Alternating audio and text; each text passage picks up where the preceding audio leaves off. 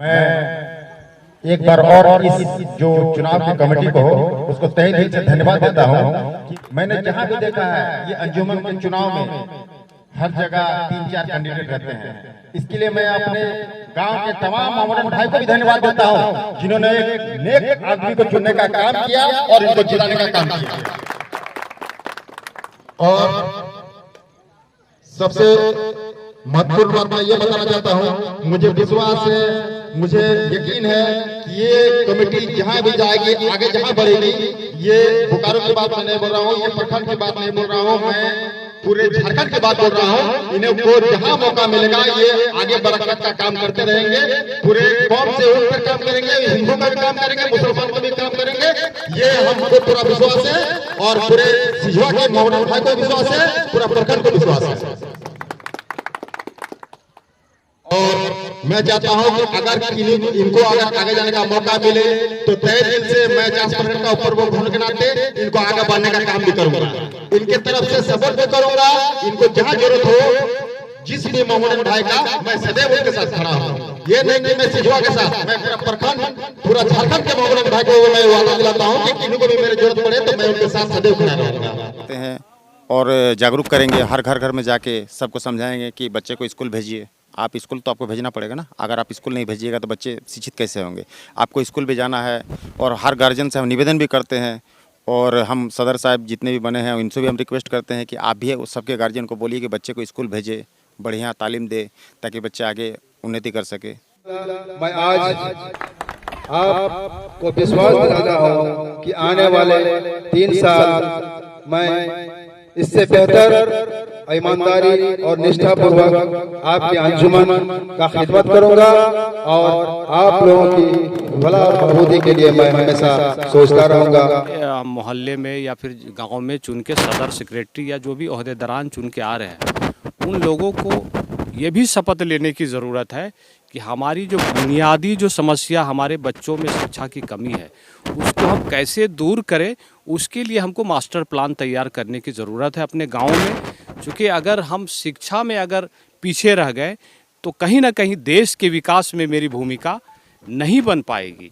इसलिए सबसे पहले जो ग्राम की जो कमेटी बन रही है, मैं उन तमाम सदरों से निवेदन करूंगा, उनसे आग्रह करूंगा कि आप आज शपथ लिए हैं, आज एक और शपथ लें कि हम अपने गांव में निरक्षरता को इस रूप में दूर कर देंगे जिस तरह से एक समझिए कलंक का टीका रहता है कि मुसलमानों में शिक्षा की घोर कमी है। इसके लिए हम तमाम जो चुने हुए पदाधिकारियों से निवेदन करेंगे कि इस विषय को आप गंभीरता से लें और जो अन्य विषय वस्तु है उसको भी आपको देखना है, लेकिन प्रायोरिटी तय करके प्राथमिकता के तौर पर शिक्षा का जो घोर कमी है उसको दूर करना चाहिए। तो ये समाज में क्या कमी है और किस चीज़ को बेहतर करना? देखिए, बहुत सारी बातें आई, हमारे बड़े भाई मुख्तार अंसारी साहब ने भी कहा और यहाँ के सदर सेक्रेटरी ने भी बहुत सारी बातें कही। लेकिन जो ये चुनाव जो हुआ अंजुमन का, इसमें मदरसा में अंजुमन का जो काम है ये मदरसे से रिलेटेड ज़्यादा होता है। शिक्षा का विस्तारीकरण मदरसे से भी होता है और उससे लड़का उसको अनुग्रहित करके उसको पढ़ाई करके आगे से आगे मकाम को भी हासिल करते हैं। हमारे यहाँ उर्दू बोर्ड में उस्तानिया है, फुरकानिया है, आलिम है, फाजिल है।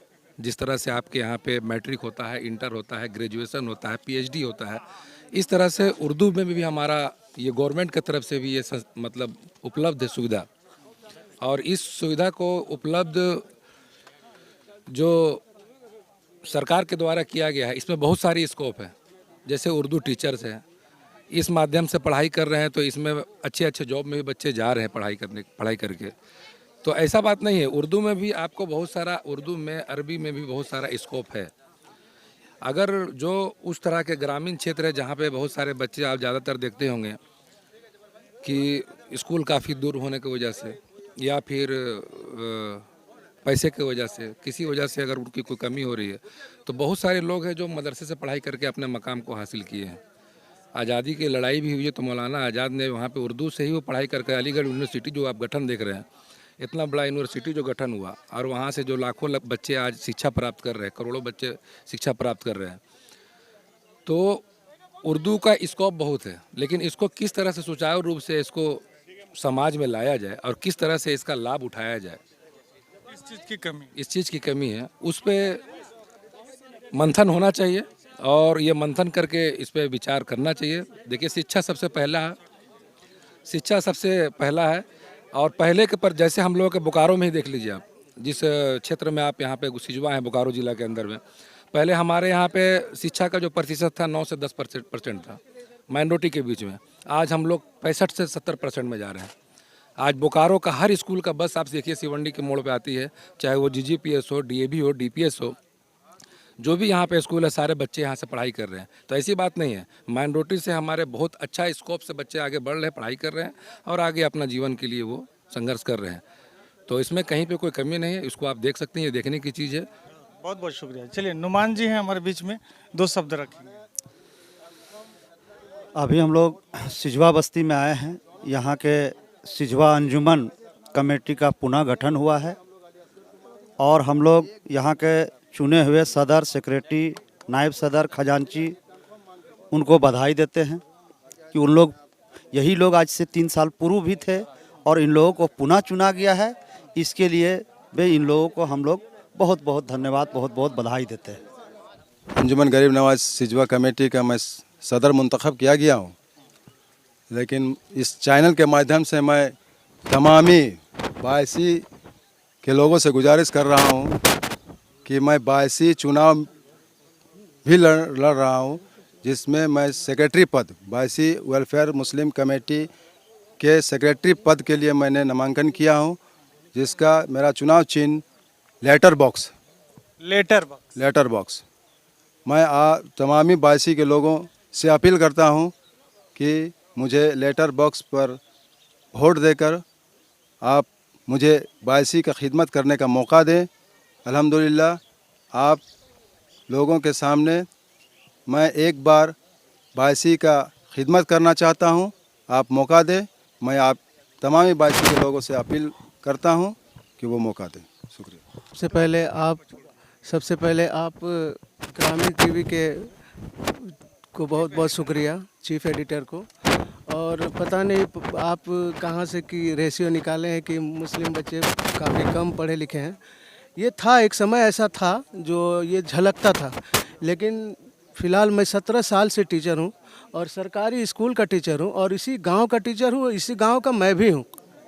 बेशक थोड़ा कमी तो है और कमी हमको जहाँ तक लगता है ना, हमने 17 साल के दरमियान एक चीज़ देखा है। पहले तो मूलभूत सुविधाओं की कमी थी, लेकिन आज हमारे झारखंड सरकार या केंद्र सरकार के काफ़ी सहयोग मिल रहा है और मूलभूत सुविधाओं को पूरा कोशिश किया जा रहा है कि उसको पूर्ति किया जाए। इसके बावजूद भी थोड़ा रेशियो कम है। थोड़ा कम है? हाँ, थोड़ा कम है। हम तो बोल रहे हैं एकदम कम। नहीं सर, ये हम नहीं मान सकते हैं। नहीं मानते? नहीं, हमारे गांव का सर्वे करके आप देख सकते हैं, इसमें थोड़ा कमी है और हमको लगता है कि ये कमी अकेले एक टीचर का काम नहीं है। यहाँ उन अभिभावकों का भी काम उतना ही है जितना एक टीचर का काम है। आप गौर कीजिएगा सर, एक प्राइवेट स्कूल में जो बच्चा पढ़ता है ना, उस बच्चे के माँ जो है ना, सुबह 5 बजे उठती है और उस बच्चे को संवारती है, सजाती है, बैग उठाती है, अपने हाथों पर एक बैग रखती है, दूसरे हाथ में बच्चों को पकड़ती है और 200 मीटर दूर जाके बस पर चढ़वाती है और स्कूल भेजती है। यही काम, इसका आधा भी काम अगर सरकारी स्कूल में भेजने में बच्चों पर किया जाए तो बेशक इसमें सुधार आएगा। आपके मोबाइल में डाटा है, आप निकाल कर देख लीजिएगा। मुसलमानों में लड़कों का क्या मतलब प्रतिशत है, ग्रेजुएशन रेट क्या है, आप समझ में आ जाएगा।